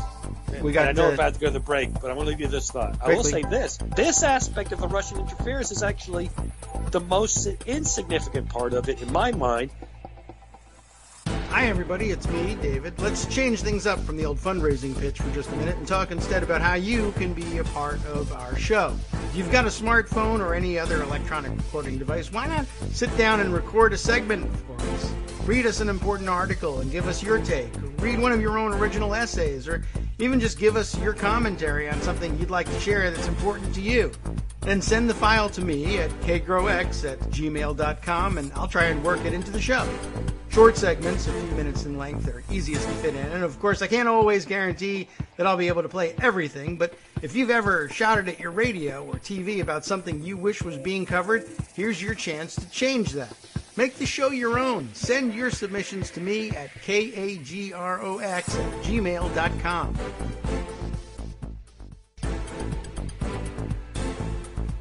Welcome back to the Kagro in the Morning Show here on Netroots Radio. Our break, unfortunately timed. I believe that if you're listening live to the show, you would have heard us cut off right about this point where Armando said the least significant part of all of this is blah, blah, blah, blah, blah. And the only significant part is go to break. Well, so, okay, the significant part was expressed to me behind the scenes. Right. And you very likely came up with the significant part of it on your own, perhaps in reading the article. If you haven't had a chance, we'll reopen that part of the discussion. Yeah, I'll finish these thoughts, and then, David, I'll let you go off and let you explore that article with the listeners. But just my thought, the most significant Russian interference in the election, in my view, was the hacks of the DNC and John Podesta. Not because there was anything significant in what they found. In my opinion, it was all complete nothing. It was how it was played by the media and how the discussion of emails dovetailed right into the negativity of the email investigation that James Comey discussed publicly in violation of FBI guidelines and protocols. As I said, it was a perfect storm in many ways, and there were many bad actors. But to argue that the Russian interference did not impact the election is ludicrous. And if it impacted the election, realize that it only needed to impact the election by 0.5, 0.6, 0.7% of the total vote. I mean, nothing. As I said to you offline, for people who think that Hillary not smiling enough was a big issue in the election, it's hard for me to fathom how they can conjure up that this is not. That is true. I mean, and it can't not have been important if such important people and such important newspapers were writing it, right? I mean, it seems dumb, but obviously it was someone's news judgment that talking about pantsuits was a thing. But, but actually targeting existing fractures in American political life in, we say sophisticated, but not really terribly sophisticated ways. I can tell when one person is mad at another, and I know how to utz them just right and say the right thing. I'm a great troll, and Russians are pretty good trolls too. Hell, they were trolling the Olympics over the weekend, by the way. I don't know if you saw that story. Yeah, but I mean, I'll that's tell a you basic point. I mean, this was a dominant story of the summer, the hacks and the emails, and you're going to pretend that didn't impact the election? Yeah, then why'd you cover them? I don't know. Anyway, I'm going to leave you to the Boiler article if that's where you're going to go. What if it's thanks not? for letting me just rant a bit about this Blake Council thing. But do read the Boiler article on your own or separately or on the air. It's a very good article about why it's important that it impacted the election, because it goes to legitimacy and it goes to deterrence. We have to take seriously the fact that it almost certainly impacted the election so that some future crook like Trump doesn't want to do it again. That does sound like a familiar argument. Like, one I made about George W. Bush, but never mind. He's awesome now. Yeah, you're absolutely right. We've he's not awesome. I don't know. Apparently Trump he has is. made us turn him into Yeah. awesome, but He hasn't. I take your point very well. Yeah. Anyway, I'll sign off now and let you okay. steer your show back to I will, safer waters. I don't know. I will ask you this, though. Since you happen to be on the line, you've been watching the Olympics, I assume. Some. I like the biathlon. Yeah. Oh, yeah. That was actually really good yesterday, too, by the way. Yes. And correctly called. It was a close race, and the commentator was saying, if you don't like biathlon now, you never will. But, the Russians, I said, were trolling the Olympics. You know why the Russians are there as the Olympic athletes from Russia? Right? Yes, I do know. Okay. The drug. Yeah, scandal. they were because doping, and they were going to be banned from the Olympics because doping was so widespread. But Putin, leaned very heavily on and basically made the IOC cave. And I don't know whether the argument was necessarily, well, you can't do this to the athletes because our Olympic committee has been terrible. These people, an American would probably make that argument, and Russians probably did too. You're going to crush their dreams. But then there was also the Russian argument of, we'll murder you or cut off your money or whatever Russians are wont to do. But they allowed them to compete as the Olympic athletes from Russia. So I don't think they should have allowed them to use the name Russia. They should have just said unaffiliated Olympic athletes. That's true. They do have such things.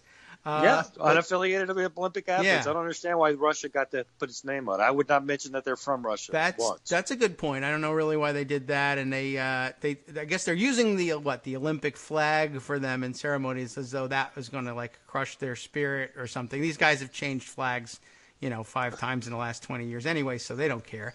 But anyway, I thought it was interesting. So if you were Russia and you wanted to troll the Olympics back, and you had your country name banned because of doping, but you convinced them to let your athletes in anyway, and you wanted to really stick it to the Olympics, what would you do with your athletes at the Winter Olympics that would really piss off the international Olympic community? You I'm would not sure. Send What's the punchline? athletes who are doping anyway. And if you really, really wanted to just underscore the point of we're trolling you, which athletes would you have do your doping in the Winter Olympics? I'll let you take a guess or two. 3. Curling. Yeah, you got it I on saw the first curling one. story. So there you go. All right. Yeah, I they heard blew that it for you. they think that it was tampered with, which doesn't really. Oh, is that the That latest isn't now? very encouraging. I mean, you mean they can't tamper with the test? What's going on here? So you think they think the Russians tampered with their own test, or the Russians accused someone else of tampering with their curler's test? I didn't read that. Okay. I didn't read the next paragraph. I saw curling and I left.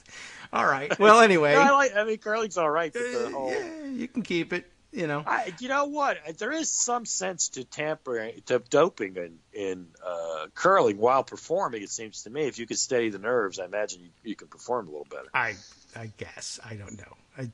I mean, it would help me in my shuffleboard. I take a Valium and boom. Well, that's a serious thing in Florida, and you can't take it lightly. Right? I was like doping and curl. Is he using a Swiffer? Is it something illegal? What do you mean? Swiffer. I don't know. I don't know what he's doing. But yeah, well, you got to be able to brush and brush hard and fast, and I suppose it makes a difference if you're doping. But to me, it's like that's trolling the Olympics. You talk them into letting your athletes in using the name Russia. Oh yeah, I know. Some of our people were getting bad advice. Our guys won't dope anymore. All right. Start doping, everybody. Well, which of us should do it? I think the curlers should do it because they're going to complain and we're going to say, what difference does doping and curling make? Your whole doping rule is dumb. Oh, well, okay, that may be a... That reminds me of that Saturday Night Live skit where they said, everybody can dope. You read that one? Where the guy's arms came off. He's going to lift like 2,000 pounds and be clean and jerk. I know, I do. All right, well... All right, I'm going to let you go now. All right. For letting me rant.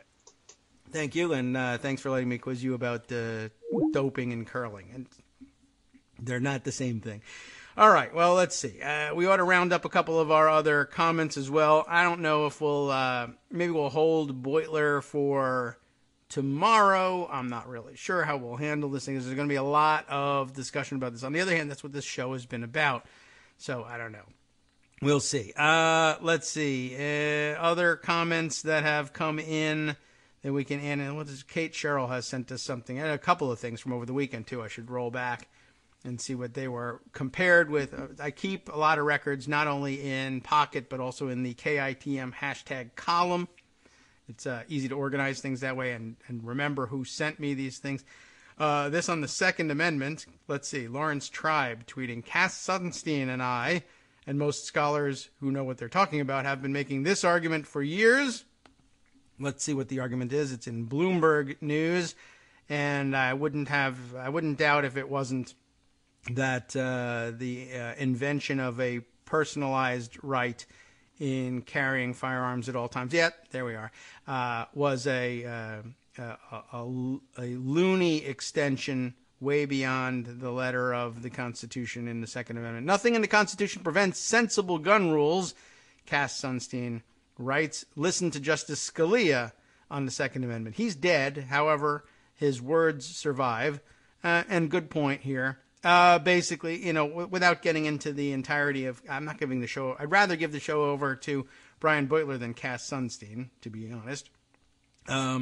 But I think we all remember this one, is that Scalia, I don't know, he may have been paying lip service at the time and saying, this is why I don't worry too much or put too much stock in what he said. It's great rhetorical platform to use. Even the seriously conservative Justice Scalia, who had one of the biggest hands in inventing the personalized right to bear arms in public, says there aren't, it's not an absolute thing, and there have to be certain common sense limitations, and we accept many of them. I wonder whether he wasn't simply saying that to throw people off the scent who were saying, look at what you've invented here. This is absolutely insane and has no logical endpoint. Oh, well, sure it does. Well, like what sort of endpoint? Oh, logical ones, like the kind you were looking for. There are restrictions, and some of them are good, and there could even be more that we haven't discovered yet that might be equally valid. I just don't know what they are, and I won't say so. I don't know how worth it is to explore Scalia really on anything. Also because, of course, I suppose if you caught him dead to rights, if he were still alive, in a logical trap, he would still say, well, argle-bargle, something, Cornhusker, kickback, broccoli, all of which don't exist. And so therefore, I'm going to conclude what I wanted to conclude in the first place anyway. So I don't know how much time there is to give over to that argument. But it was worth noting, at least, that Lawrence Tribe and Cass Sunstein are out there, and they give you some legal argument to lean on if you are involved in an exchange with somebody who wants to argue with you in legalized terms or in Supreme Court terms. Let's see. Look, David Paquette here sends me, gotta love Trump's latest Russia meddling excuse. We didn't collude. A great leader duped and used and tooled us. Putin moved us like a bitch, and he got there.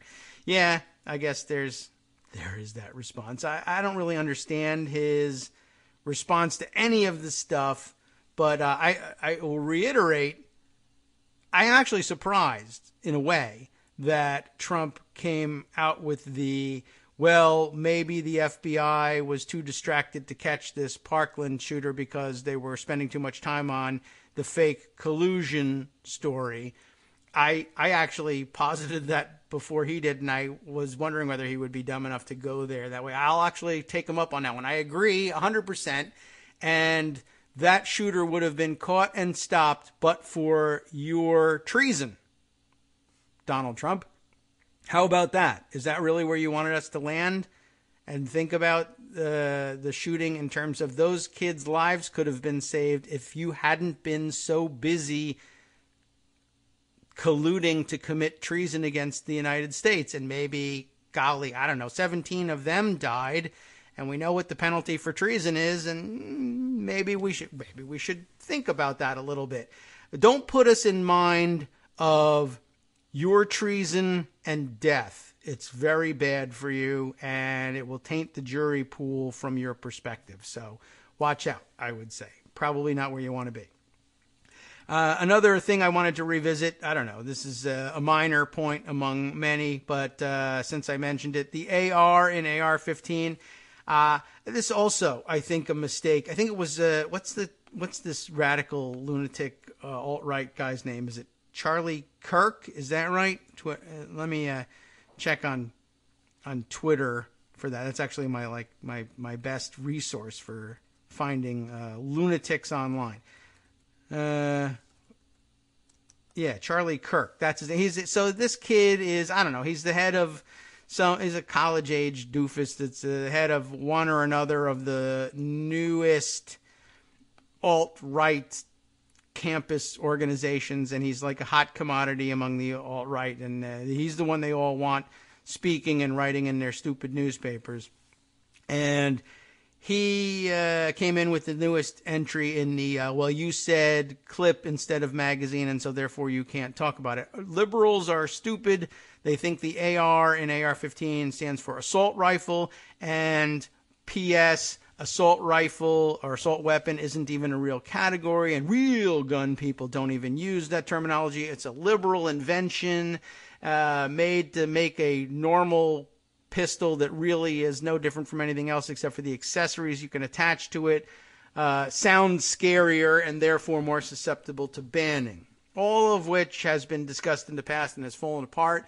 Gun magazines for years have delighted in discussing the AR-15 and AK-47 and other relatives as assault weapons because it makes them sound cool and deadly.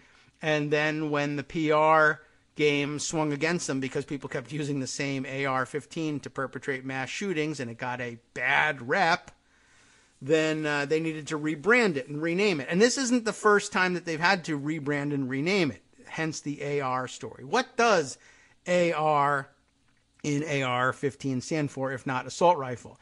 That's a good guess, A and R, but AR is just short for the original manufacturer, the name of the original manufacturer of the gun, which I find interesting because it's Armalite, A-R-A-R-M-A-L-I-T-E, Armalite. And Armalite, okay, for the kids out there, probably won't ring much of a bell, but for us, let's say older folks, Armalite might ring a bell, and it could be any one of several bells, but I mean, I'm talking about like pop culture and music bells. I think probably the most widely distributed of those various bells would be the mention of the Armalite in the Police song Invisible Sun from, way back in the ancient days. Not a lot of pop songs about Armalites these days, to be sure. And those weren't, I guess also, to be honest, the most popular songs even in their day. But that would ring some bells. And there are a couple of others. The punk band, I guess you would call them, Gang of Four. I'm not a big fan necessarily of the Gang of Four, but I remember them and I remember their names anyway. And they too had lyrics mentioning Armalites. And there are actually several, I think, a little bit less popular bands and songs out there. But it is almost universally referred to in a very negative sense. They were, of course, cheap, easily available, easily maintained, and highly deadly military-style weapons. And the Armalite being referred to in most of those songs, really, and including the Police song, really mostly about the use of the Armalite by terrorist and paramilitary organizations, as well as the British military organizations in Northern Ireland and elsewhere around the world. But it got a very bad rap. The singing about the Armalite back in the late 70s and early 80s was about how highly destructive and easily available and concealable and easy to break down and hide from the authorities and then reassemble and use to murder lots of people really quickly. Armalites really were. And I don't know if they underwent conscious rebranding, and nobody ever called them Armalite 15s necessarily. But around that time, around the late 80s or so, when they were being banned later on in America, they became more widely known as AR-15s. Armalite, of course, I believe, sold the rights to the name and the production to the Colt company, and I guess it may have changed hands again since then. So Armalite is not a name that comes up a lot, but I was kind of appreciative. Thank you, I guess, Charlie Kirk, for bringing that up, because there are a bunch of old people. The kids are convinced about what should be done with AR-15s, and some of us older folks it might serve very well to say, oh, you know what, that is weird. Armalite. Yeah, I remember that name, and I remember vaguely that they were there was something horrible and terrible about them. And I feel like there is something horrible and terrible about the AR-15. Oh my God, this is the same gun about which I've known and which I've feared for 30, 40 years, and I didn't even know it. Thank you for reminding me. So I don't know. I don't think it's going to sway the gun debate or anything, but I do think some people will pick up on it and say, you know what, that's damn interesting. I did know about this. I've known about this for a long time. We've all known about this stupid thing for a long time. Very weird. All right.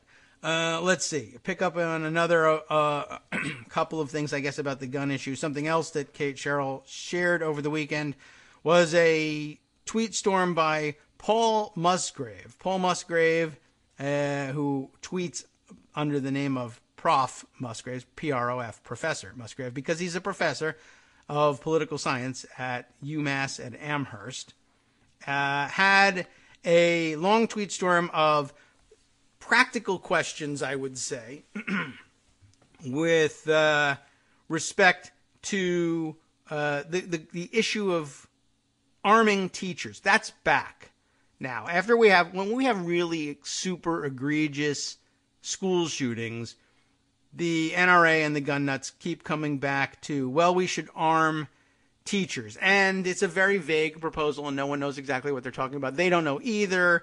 It ranges, depending on who you're talking to, from, well, why don't we let any teacher who owns a gun and feels comfortable and is otherwise licensed to carry that gun in public in their state, take it with them to school and keep it in case somebody breaks in and starts shooting. We've been over this. It's been a couple of years since we really discussed it again, and we have lots of new listeners, but we have been over this.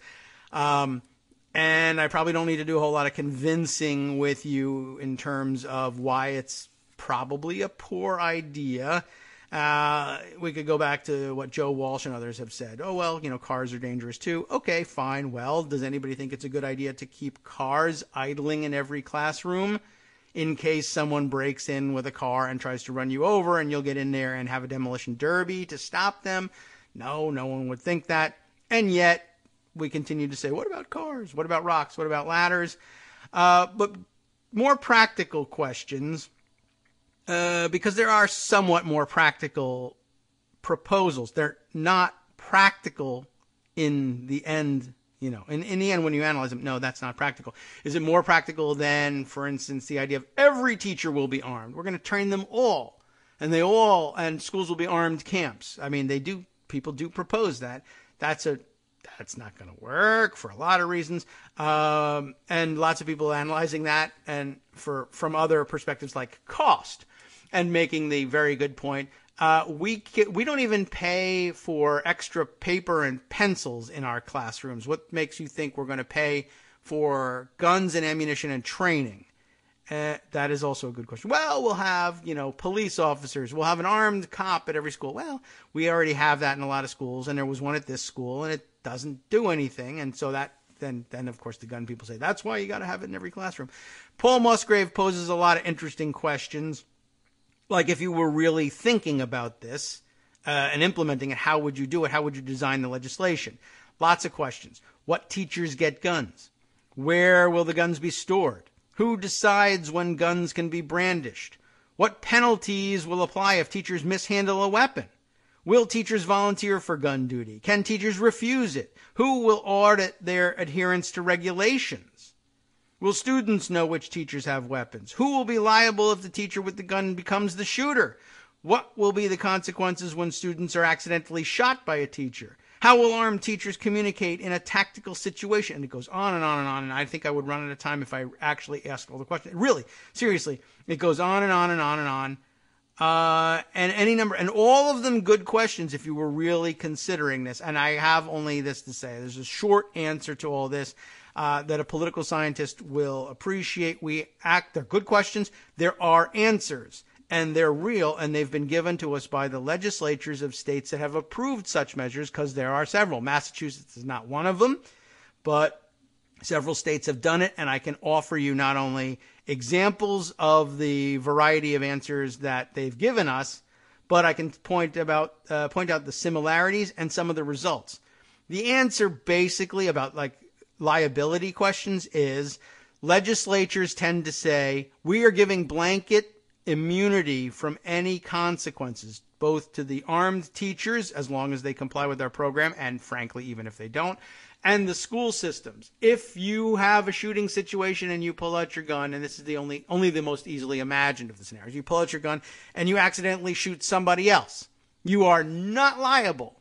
No one can sue you. You can't be prosecuted. You were doing your very damn best in a tough situation. And we just assume that from the start, and that's that. Don't worry about what actually happened. Don't worry about the nuance of the actual situation. Why let a jury consider anything? You're just off the hook. That way you'll carry. But in addition, there's a lot of other assumptions made, including, for instance, as long as our teachers comply with our regulations, there will be immunity. And you know what? That doesn't even matter either. And I'll go quickly to one story that you heard reported on this show maybe years ago. Maybe you hadn't joined us at that point. Utah. The Utah teacher, where they allow their teachers on a voluntary basis, if you wanted to examine their program, to carry their weapons. They have to have certain kind of training, but not very much. But basically what they say is you got to have concealed weapons. The teachers are not allowed to discuss the fact that they do or don't have weapons on them. It's supposed to be kept from the students, and the students are never to see the gun, period, ever. Or else what? Or else you lose out on all the benefits of immunity and allowed to carry and continue with it, etc. And, well, we know the results of the Utah teacher carry story, or you may remember this teacher in Utah elementary school who accidentally, what do you think, shot herself while carrying her gun during class time. And of course, you may remember it because it was in some ways, if looked at from certain angles, comical. It's not even clear whether she shot herself or rather received shrapnel wounds because her gun went off when she was in the bathroom, which is a huge problem, by the way. And all of us from a long time ago in gun fail remember this. But she shot herself in the bathroom. And she shot the toilet, and she shattered the toilet, and the shrapnel of the toilet injured her as well. She may also have shot herself directly or indirectly with the bullet or bullet fragments, but that's the thing. Anyway, so we know the end result, and we know that happens elsewhere. We know that there was a professor in Idaho who, carrying his gun during class, shot himself in the foot during the lecture, right in front of everybody. We know that teachers have forgotten the guns in the bathroom. Again, like I said, huge problem. But more to the point of designing a program and what to do about it, and answers for Paul Musgrave's questions. The least discussed part of the Utah teacher example is that students in her classes reported in significant numbers that they all knew that this particular teacher carried a gun. And they all knew because she wore it in a holster on her hip, and though she tried to cover it up with her sweaters or jackets, it never worked. The gun kept poking out. They could see the end, they could see the butt of the gun sticking out. So they all knew that she was carrying a weapon, and all the other teachers knew that the kids knew, and the administration knew that the kids knew, because the kids told the parents, and the parents told the administration. And remember, in place here is one of those safety protocols. It's all good, and we can give immunity, and she can have it, and it's all good because strict protocols. We've designed these protocols that sound good on the surface and convince parents who might be on the fence. Well, sure, I'm pro-gun, but should we have it around the kids? Well, we have these strict regulations, and you've got to keep it hidden at all times. We got to keep it hidden at all times, or what? I don't know. Well, theoretically, you lose your right to carry the gun in school, and you would lose any rights under the immunity program we designed for you. But she kept doing it, and the kids kept knowing it, and the parents kept knowing it, and the administration kept knowing it, and she held on to that gun until she finally friggin' had the accident that the whole safety protocol was designed to prevent, and inevitably shot herself in the bathroom, plus blew up a toilet. Now, she was fired, so maybe she loses the immunity, but maybe there was never any immunity for shooting toilets. Just gun nuts who break in and try to kill people. But that's the point, of course, of gun fail and the argument against this whole thing, which is that it is the waiting period. While you're waiting to be the big hero, which day may never come, and we actually hope it never does, you will accidentally shoot yourself or a toilet or someone else in the interim. And if you do we really care? Oh, that's the answer for Paul Musgrave. They will look the other way on every single violation every time because, I don't know, freedom, guns, what have you, besides which, it's something, it's going to protect our kids. I don't know. And they forgive all of it until it's too late, and then they forgive it afterwards, after it's too late anyway. The end. From Daily Kos Radio on netrootsradio.com.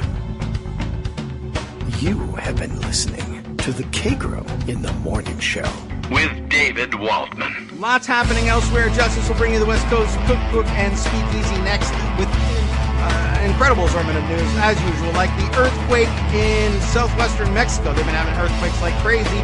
And, of course, yet more about Parkland as people down in Florida find out, oh, my goodness, that guy the shooter was on the rifle team.